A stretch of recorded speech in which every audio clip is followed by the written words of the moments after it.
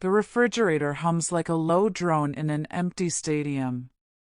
My phone skitters across the granite, buzzing once. Emily. Not David. I swipe and lift it to my ear. David, don't call me back. Just listen. I can't do this anymore. It's done.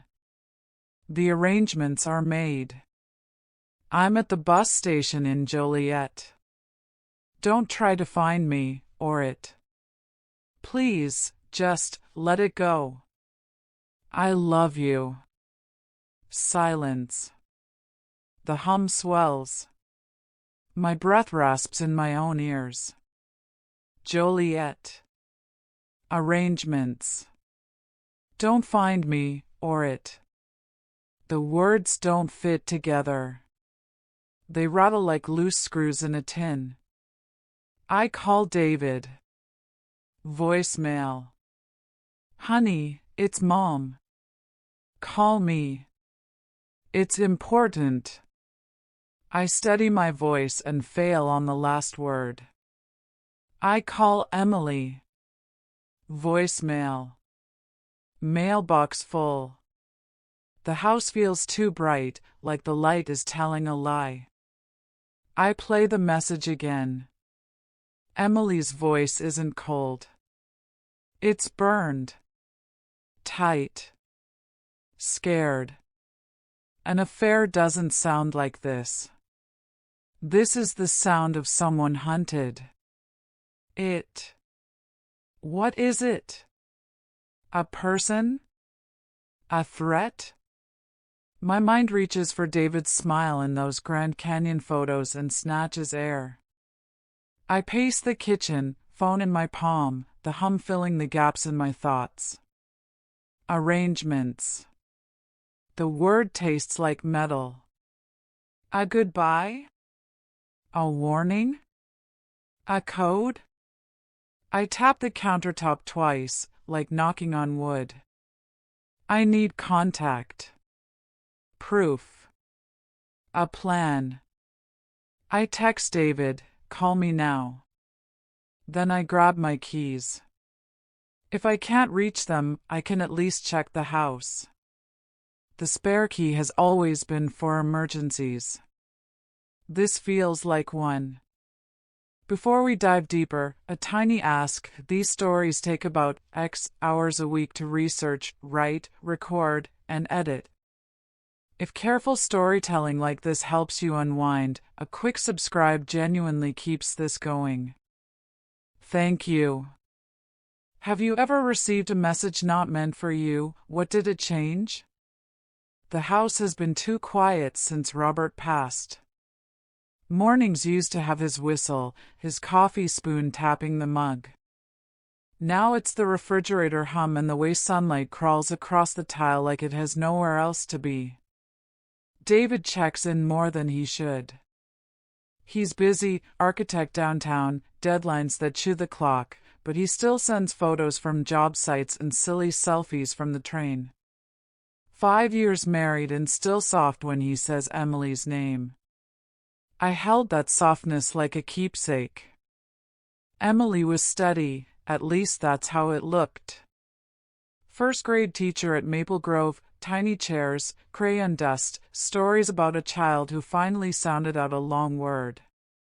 She'd bring leftover cupcakes after class parties, always with a note, for your tea, Mom. She called me Mom. It used to warm me. Naperville to Plainfield is a straight shot when the roads are empty. Sundays we'd make it halfway before David remembered he left the grill brush at their place. He'd double back, laughing, Emily rolling her eyes. They fit. We were 3 points of a simple triangle. Safe. Predictable. I let myself believe that was enough. The spare key lived in my kitchen drawer, tucked under elastic bands and the tape measure. Emily handed it to me after their wedding. For emergencies, she said, smiling. Just in case. Robert once joked that a spare key is love in metal form. I kept it on the left, where my hand could find it without thinking. There were signs I didn't read. Emily flinched at sudden noises. Her phone buzzed and she'd cover the screen, tilt the device away, smile too quick. Difficult parent, she'd say. A classroom thing. She took weekend development conferences I'd never heard of, drove off with a travel mug and a tote full of laminated charts. I thought dedication. I thought young teachers hustle harder. I didn't think danger. We did holidays right. Turkey that took all day and pies that never set on time. David carved while Emily set the table and I hovered, pretending the cranberry sauce needed more orange zest. After dinner she'd wipe the counter until it shone, then stand back and sigh like clean space was a kind of prayer. I understand that now. Control is a shelter when the weather turns. What I loved most was how she watched him. Not the way a girl watches a prize, but the way a person checks a lock. She'd reach for his sleeve at crosswalks. She knew his tells, the jaw set, the lip press, that meant the day had come home too heavy. She could lift that weight with a joke about a 6-year-old or a failed art project. I took that as proof. People who can comfort like that don't keep secrets that bite. Robert would have said, trust, but keep your wits. He had a farmer's patience, even after we moved off the land and into streets with names like Orchard that never saw a tree. He'd nod at storms, then check the basement windows. Grief, it turns out, is a slow storm. It leaves you listening for things you can't see yet. The message from Emily didn't come from a vacuum. It slid into a life with rails and schedules and grocery lists. That's why it hit hard. Systems mark the shape of love. When a word like arrangements crashes through a day built on lists and small kindnesses, you feel the damage in your bones.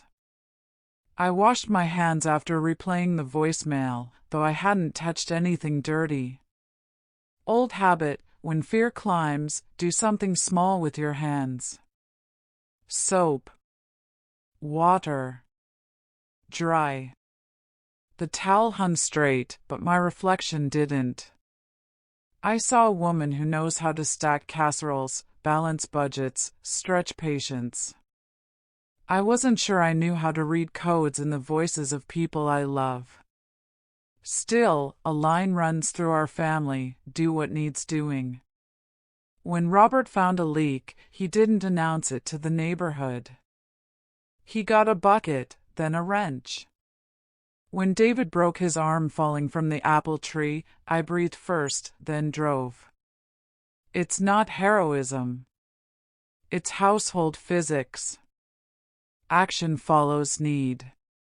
So I placed the spare key on the counter, face up, cool against my palm. The hum deepened, or maybe the afternoon just got quieter. I gathered the basics, phone, charger, cardigan, and rehearsed a simple truth: respect privacy until safety calls your name. Today, it was calling. Where's the line between respecting privacy and stepping in for family safety? I tell myself to drive like a person, not a siren. Naperville blurs into Plainfield, straight roads and slow lights. Every red feels personal.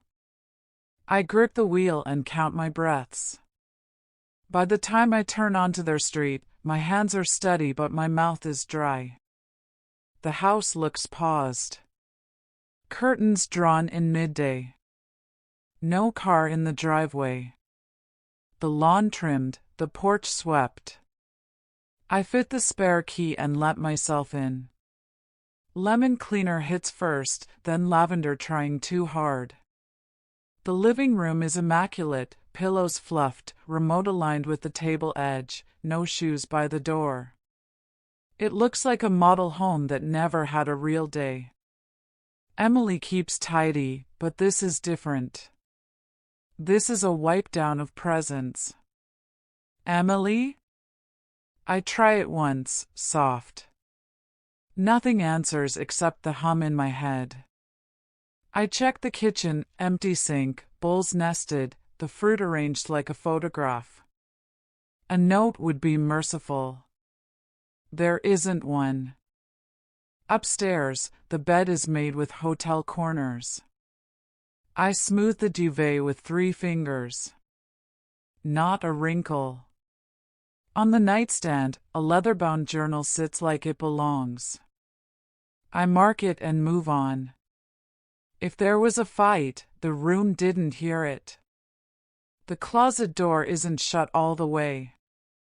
I nudge it open.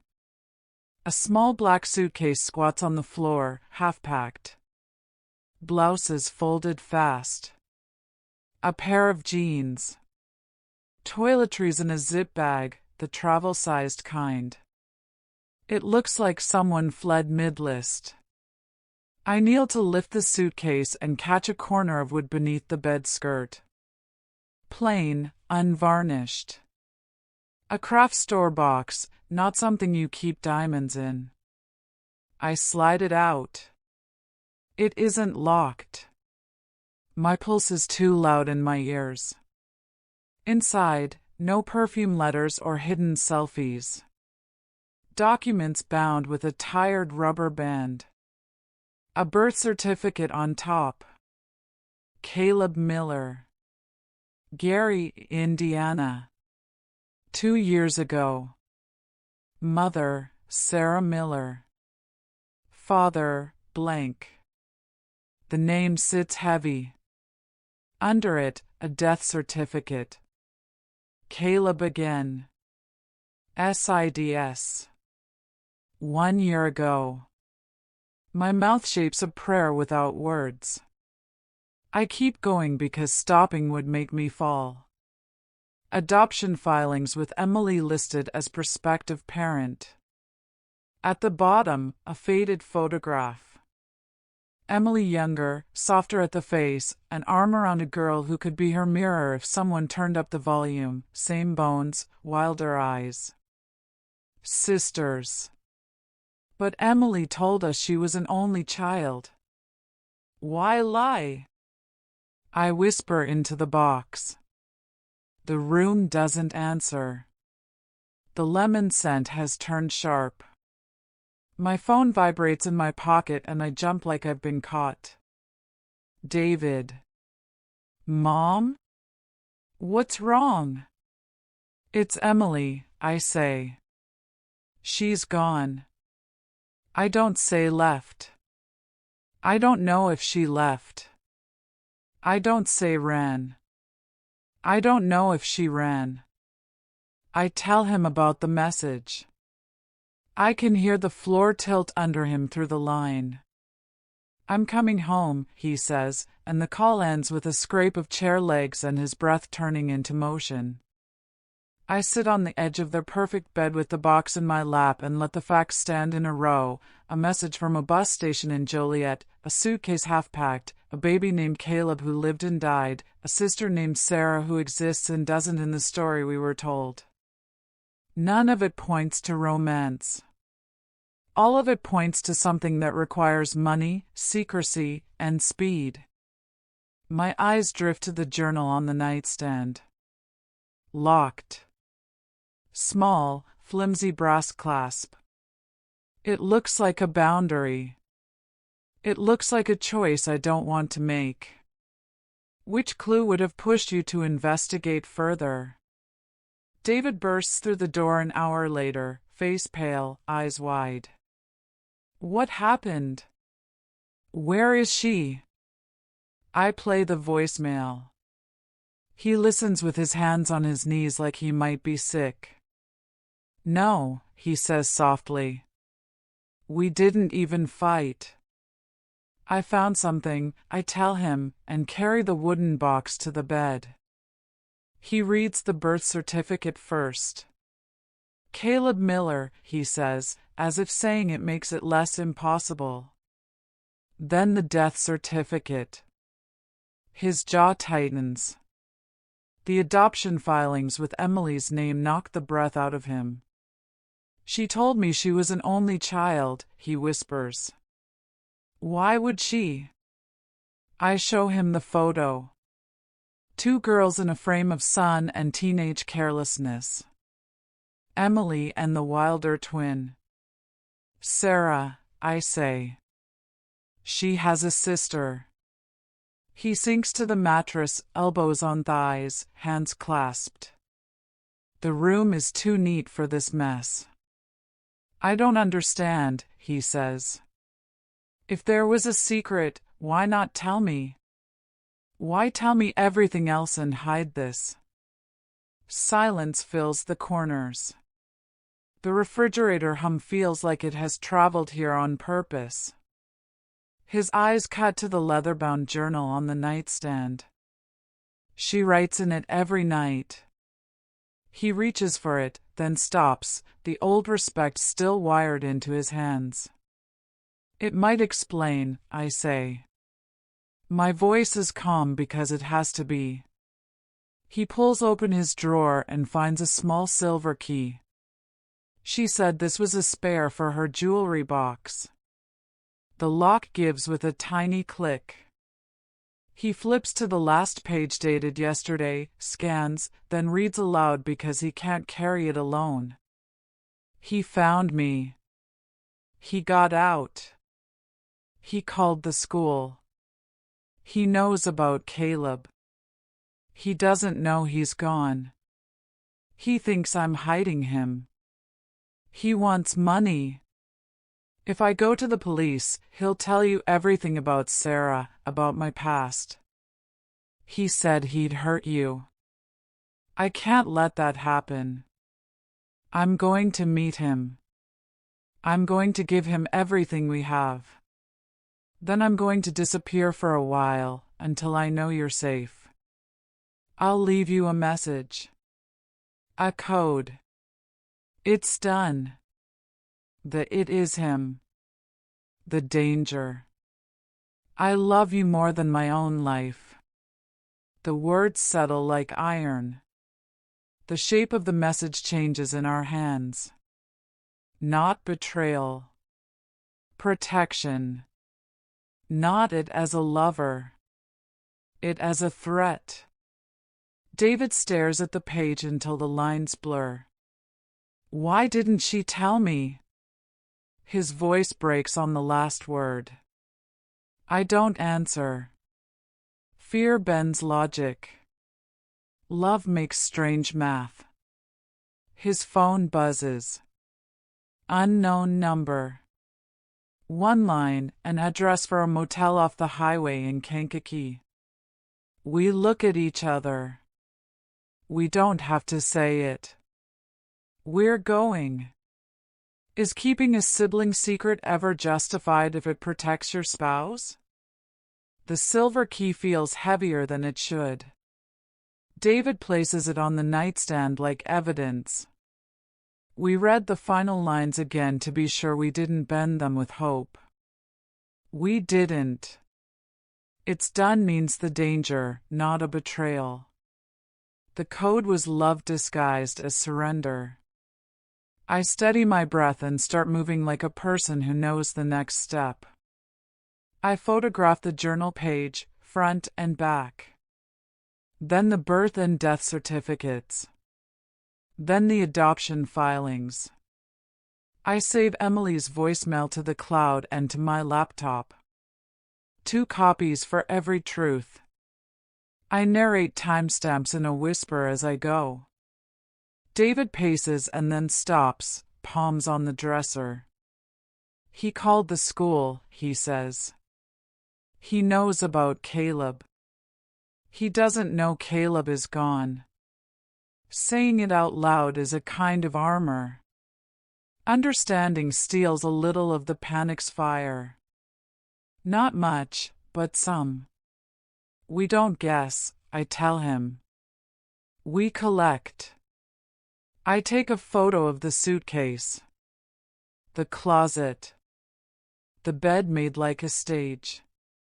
None of it will change the heart of this, but it builds a spine. His phone dings again. Same unknown number. No words this time, just the Kankakee Motel address repeated, as if to pull us by the sleeve. If it's him, he wants me to go alone, David says. If it's Emily, she wants us to find her fast. Either way, I say, we go smart. I screenshot the text and forward it to my email. I label a folder, Emily, urgent. Names give shape. Shape gives us a chance to hold on. We stare at the photograph of Emily with Sarah.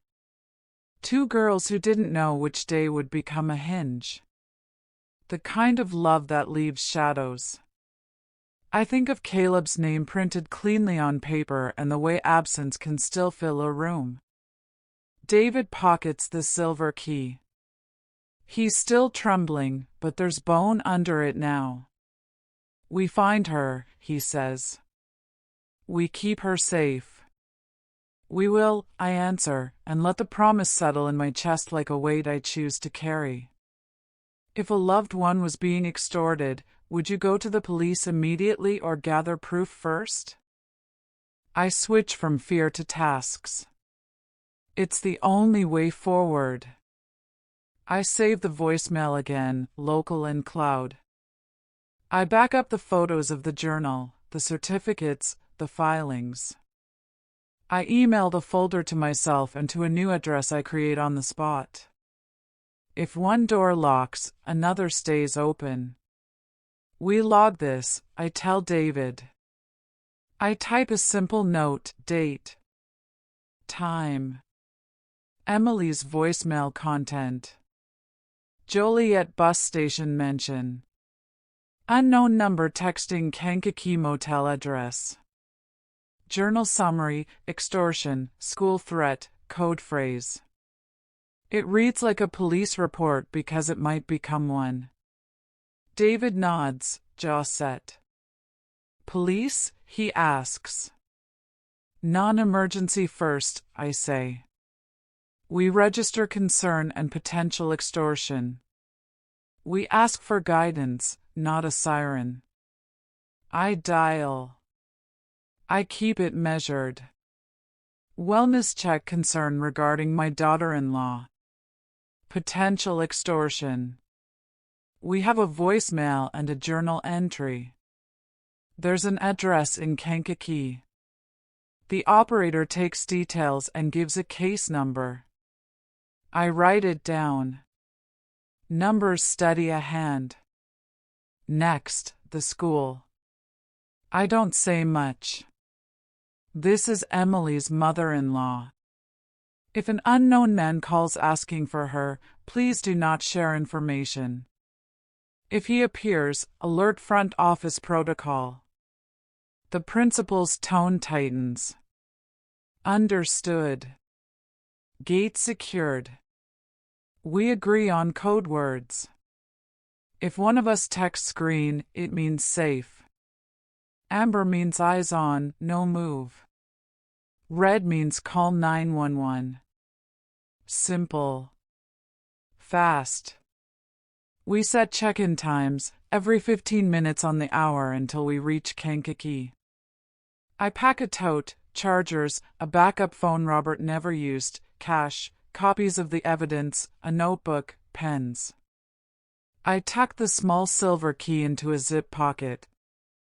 I add a cardigan and a bottle of water because people forget to drink when fear drives. Local police in Kankakee? David asks. Yes, I say. We'll call en route. Ask for a discreet cruiser nearby. A wellness check on request, not a rush.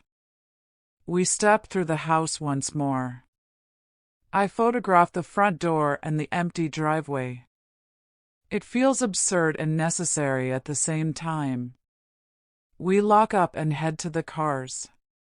2 cars, 2 exits, 2 chances. We share locations with each other and then turn off location sharing with anyone else. On the road, the sky leans gray. I call Kankakee PD, give the case number, and explain. We're approaching a motel where a family member may be under duress. We request a quiet presence nearby and a wellness check if we confirm the room.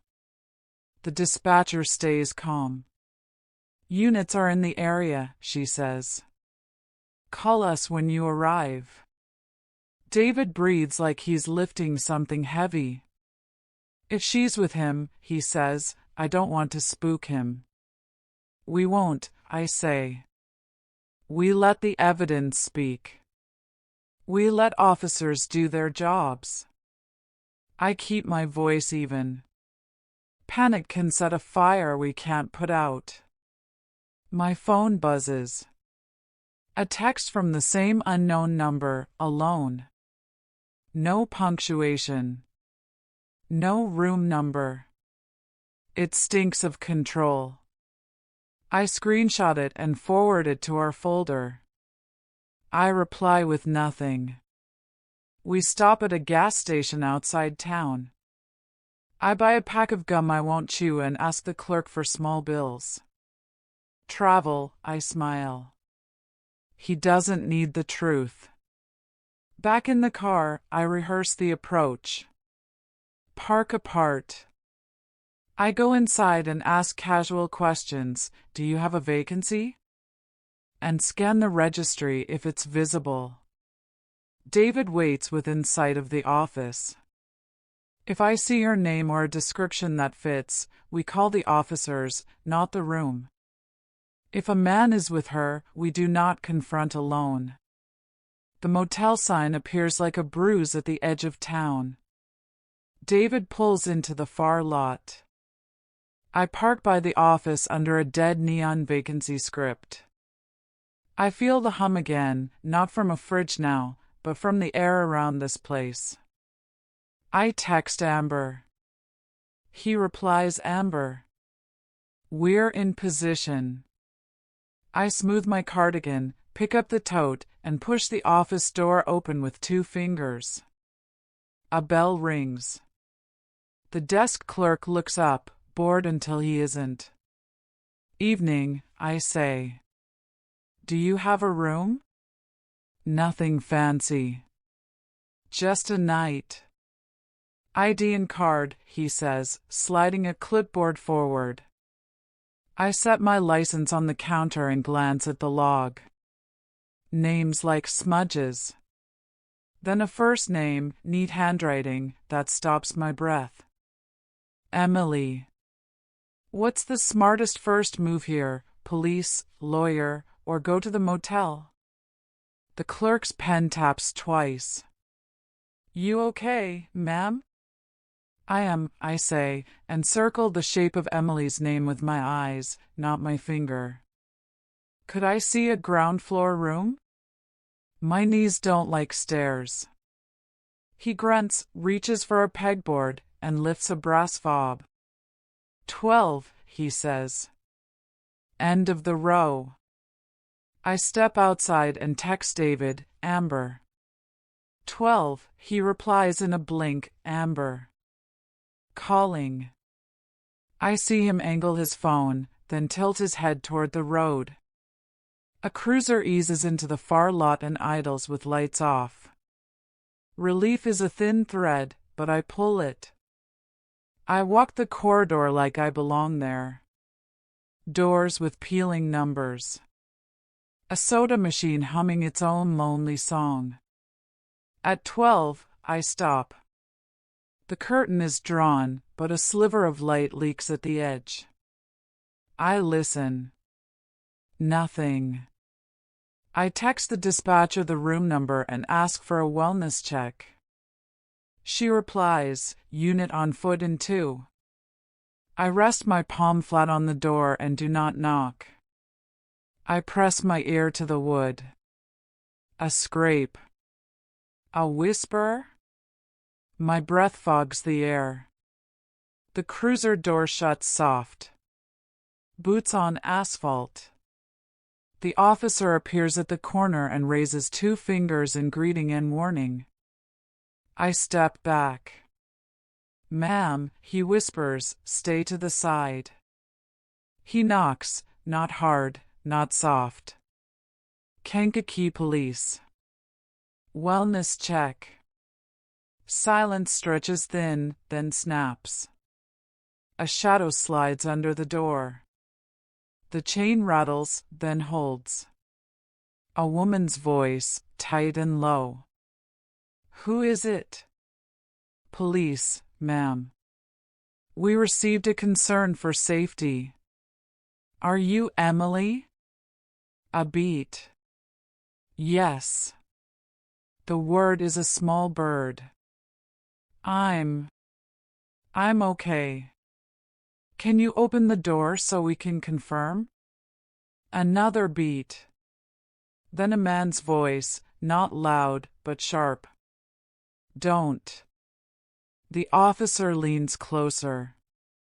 "Sir, we need to see everyone inside. This is a check for safety only." Footsteps. The chain clicks free. The door opens 2 inches. One eye in the gap. Emily. Pale, eyes ringed, hair pulled into a hard knot. She sees me over the officer's shoulder and flinches, then softens. "David," she whispers. "He's here," I say. "He's safe." The officer leans closer. "Sir, we need to see everyone inside. This is a check for safety only." Footsteps. The chain clicks free. The door opens 2 inches. One eye in the gap. Emily. Pale, eyes ringed, hair pulled into a hard knot. She sees me over the officer's shoulder and flinches, then softens. "David," she whispers. "He's here," I say. "He's safe." The officer widens the door. "Step back, please." He enters first, hand open, the second officer at his shoulder. I wait at the threshold and hear the room come into focus, the hum of an old unit, the rustle of a bedspread, a man's breath too eager to be calm. "Hands where I can see them," the officer says. Slowly. "We're just talking," the man says, and the lie is sticky on the air. I edge inside. The room is small, 1 bed, 1 chair. Emily stands by the bathroom, arms crossed, fingers gripping her elbows. The man sits on the chair like a king in a bad kingdom. 30s. Close-cropped hair. A jaw that wants to fight. His eyes are wrong, bright and flat. "Emily," I say. "We have your message. We have your journal." Her chin trembles. She nods once. The officer looks at me and I hold up my tote. "Evidence," I say. He nods. "We'll look after." The man smiles without warmth. "You brought friends." "You brought threats," I answer. I keep my voice even. "The school. The money. Sarah." His smile twitches. "Sarah," he repeats, like a charm he owns. "She owes. Family owes." "Not anymore," I say. "Not like this." The officer steps closer. "Sir, do you have ID?" "Don't need it," he mutters. "We're leaving." "No," Emily says. The word is small and steel. "I'm not going anywhere with you." David appears in the doorway, the second officer's hand up as a check, but he stays. His voice is a thread that finds Emily in the noise. She makes a sound I've only heard once before, when she saw our wedding video and cried at Robert's speech. Its relief cracked open. She takes one step toward him. The man stands fast, chair scraping. The officer's hand lifts, open, calm. Stay where you are. His partner shifts toward the window and angles his body to block the man's line. I set the tote on the dresser, pull out the printed transcript of the voicemail, the photos of the journal page, the adoption filings, the birth and death certificates. We're not here to fight, I say. We're here to document. The man's eyes tick over the papers and go flat again. You don't know anything. You called the school, I say. You sent the address. You demanded cash. Those are crimes. He laughs, a soft hiss. Prove it. The officer points to the phone on the bed. Is that yours? The man doesn't answer. The officer glances at Emily. Ma'am, are you in fear? Emily swallows. Yes. That single word shifts the gravity in the room. The second officer keys his mic code numbers I don't know move through the air. Outside, the cruiser lights flicker on without sound. The man looks from the door to the window and calculates. I see the choice flicker in his face and go dark. He sags into the chair, lips pressed tight. The officer steps in, smooth, practiced. Stand up. Turn around. Hands behind your back. He doesn't resist. Not here. Not now. I don't exhale yet. Emily's shoulders drop a fraction. David steps closer, hands open, palms up. He says again, and she nods, a tiny yes, like coming up from a long dive. My phone buzzes in my pocket. The unknown number again. One new message, no cops. Or I end him next. The officer reads my screen over my shoulder and frowns. Him who? The door to 12 is open, but somewhere else a new door just unlocked. Should family handle this privately, or does involving authorities prevent greater harm? The text chills the room more than the air unit. No cops or I end him next. Him who? The officer radios the message in. Possible second actor. Threat to male party. Backup rolls, quiet and quick. The clerk peeks from the office, reads the parking lot, and disappears. Emily sits on the edge of the bed, hands clasped so tight her knuckles blanch. He said he had friends, she whispers. From before. With Sarah. Names? The officer asks. She shakes her head. Burners. Voices. No names that stuck. We catalog what we can. The phone on the bed. The number that texted David the address. The timestamps. The journal lines about the school. I forward everything to the case file and our backup email. Evidence before emotion. It's the only way to breathe. Another text pings. A photo this time, grainy, angled through blinds. David leaving his office on a different day. The threat sharpens.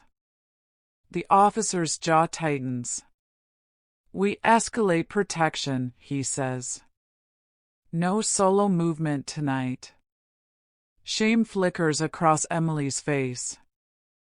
I thought I could end it alone. She won't look at David. I didn't want him to see this part of me. He kneels to meet her eyes.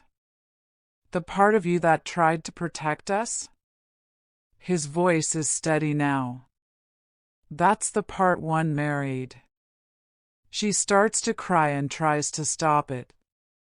I sit beside her and hand over a tissue I don't remember packing. Secrets isolate, I say. They don't guard.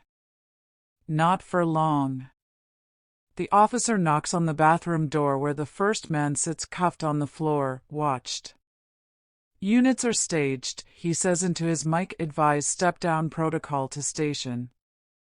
He turns to us. We'll transport him. You three follow us in your car or we can take you. Safer if we keep you together. Together, David says.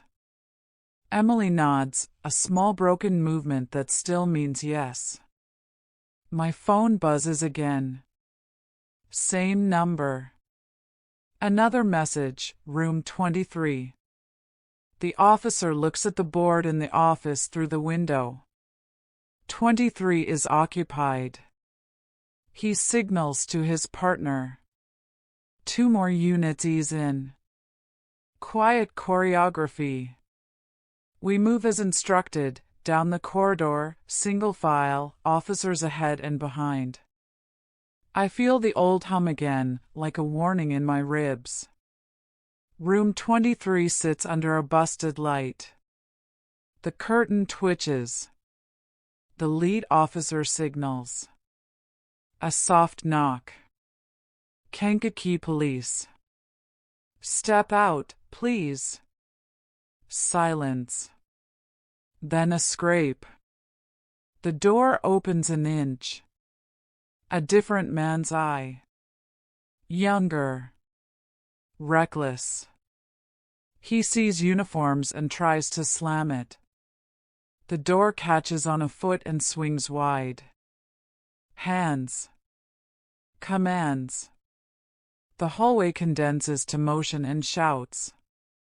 In less than a minute, it's over. The second phone goes into an evidence bag.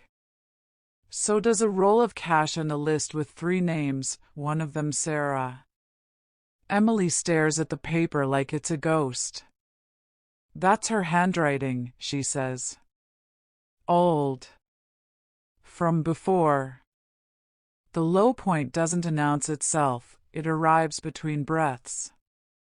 In the parking lot, under pulsing blue light, everything lands at once. Caleb's certificates, Sarah's shadow, the motel, the texts, the way fear made a cage around love. Emily folds into herself. I've ruined your life, she tells David. I made you a target. You tried to keep me safe, he says. But we do this in light now. I grip the tote tighter. Robert used to say, protection means windows, not walls. I hear him like he's beside me. Check the locks, but open the curtains.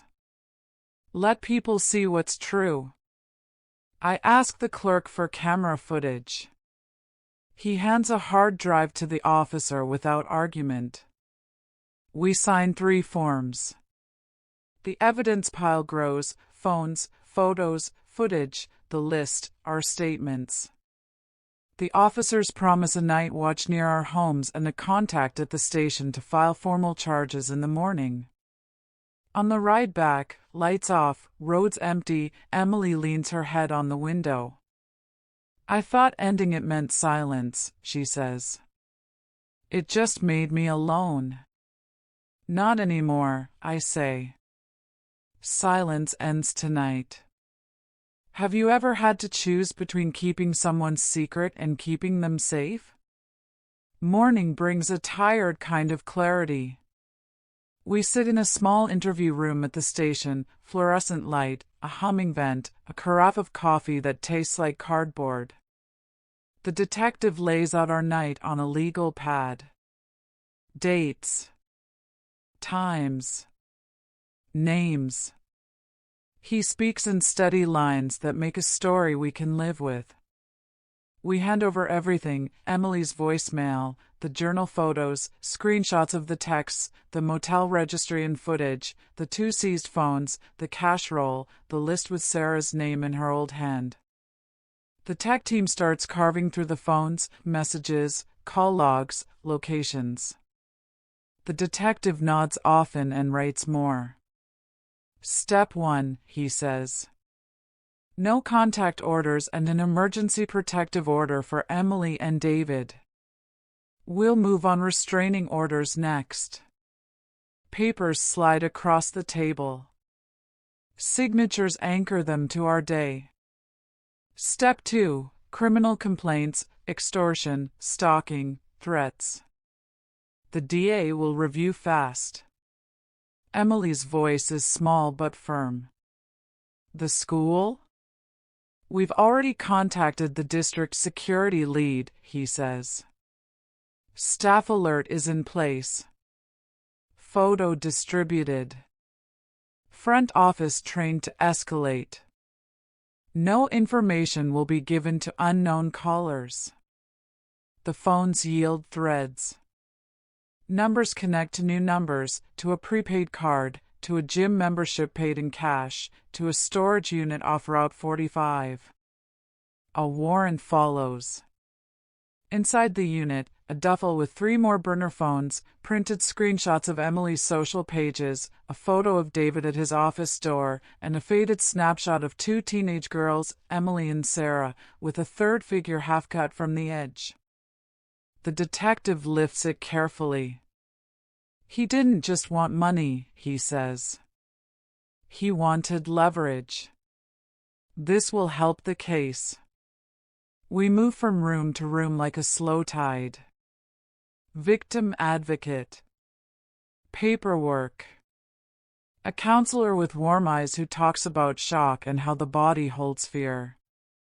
She gives Emily a list, a therapist, a support group, a number to call at 2 a.m. if the walls press in. At home, we change locks and passwords. We freeze credit.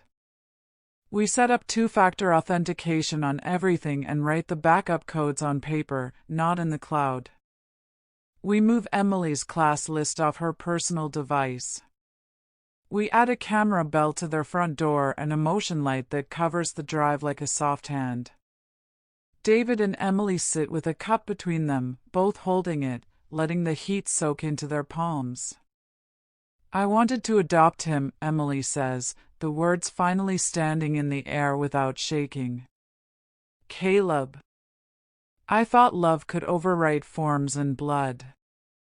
I was wrong about what the law could do. I was right about what love should try.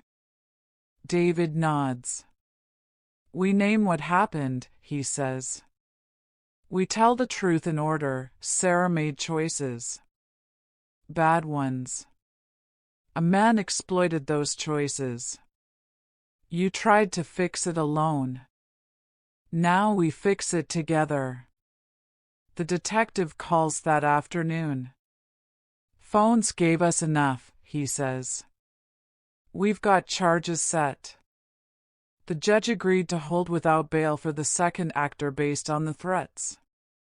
First one is held on separate warrants. We'll need formal statements on video tomorrow. After that, we'll talk about restitution. He pauses. There will be press interest. We can keep your names sealed for now. Emily chooses light without spectacle. No press, she says. At least not now. I want safety, not a story. We walk the house with a new map in our heads.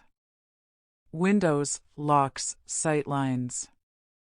Then we draw a gentler map, dinner at the table, phones in a bowl by the door, weekly check-ins with me whether we think we need it or not. We write code words on a card by the fridge. Green. Amber. Red. That night, the 3 of us stand on the back porch with candles for Caleb. The flame is small and steady. We say his name. We promise him the truth, that he mattered, that his story won't be used to hurt. Emily's tears are quiet. They dry into resolve. Would you accept a quiet settlement if it meant safety, or push for full charges? Life doesn't snap back, it resettles. We make space for what's true. Emily keeps counseling appointments. David takes afternoons off every other week and sits in the waiting room with a book. I leave a casserole sometimes, and sometimes just a note that says, "Green today?" We return the wooden box to a high shelf. Inside it, we add new pages, copies of the protective orders, the case number, the advocate's card, a letter Emily writes to Caleb, his name in her careful teacher script. We keep the silver key in a dish by the door. Not as a memory of secrets, but as a promise, we open what's locked when safety asks. A bench appears in a small park near the school. A plaque, for Caleb. For second chances. The first graders run past it and don't know what it holds. Emily sits there sometimes at lunch, a thermos of soup in her hands, the sun on her knuckles. She breathes. It's a new kind of learning. The court dates move like slow weather. We don't chase updates, we let them arrive. The DA calls to say a plea is likely. Extortion, threats, stalking. Time served won't be short. The storage unit evidence knits the story tight. We don't speak in victory. We speak in relief. Sarah's name comes up less. When it does, Emily's voice is even.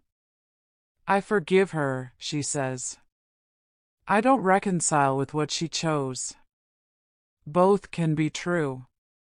We rewrite the will, not because we're afraid, but because clarity is a kindness. Beneficiaries updated. Digital assets listed. Letters sealed for someday, not for secrets, but for guidance. One afternoon, I find an old note from Robert in a cookbook. His handwriting is a steady march. Protection isn't silence, it says. It's light and company. I tape it on my fridge next to a photo of David and Emily at the Grand Canyon, two small people against a sky that had room for everything. A final text arrives from a new unknown number, sorry. No punctuation. No signature. We forward it to the detective and then we delete it without ceremony. Not our burden to carry. The house hums again, but it's not empty now. It's just a sound that lives where we do. I make tea and wipe the counter straight. The work is different now, less hiding, more naming, less bracing, more building. What's your take? Does love mean keeping secrets, or telling hard truths to keep each other safe? If this story resonated, a quick subscribe helps more than you know. Each video takes around hours to craft with care. Thank you for supporting thoughtful storytelling.